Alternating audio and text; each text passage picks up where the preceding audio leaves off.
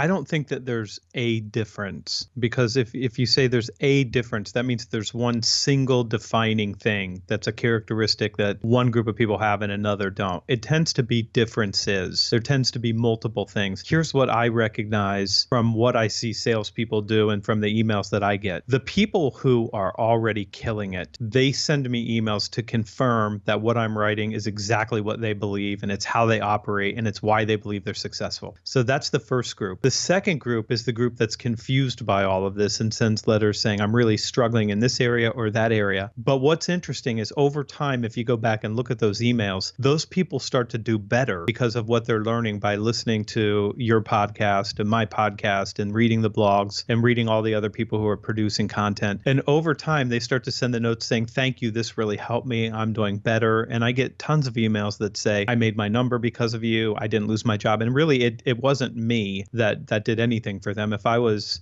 I'll take 0.1% of the credit for that. It's that they started doing the work that they needed to do, and they were studying and they were reading. So I think what you see is you'll see people that write to you at one point in time get better because they are thinking about it and studying. And that tends to be one of the differences you see between high performers and low performers is people who are trying to perform better. They're reading, they're listening, they're studying. When they're in the car on the way to a sales call, they're listening to your podcast on the way. And they probably tell you that when they're writing to you. I listen to you in the car, and that sort of sets my mind. Those are the people who are actually making an effort. And almost invariably, if you put an effort, and it doesn't really matter who you are, if you put an effort and focus on one area and you continue to just chip away at that area, eventually all the obstacles give way to your persistence.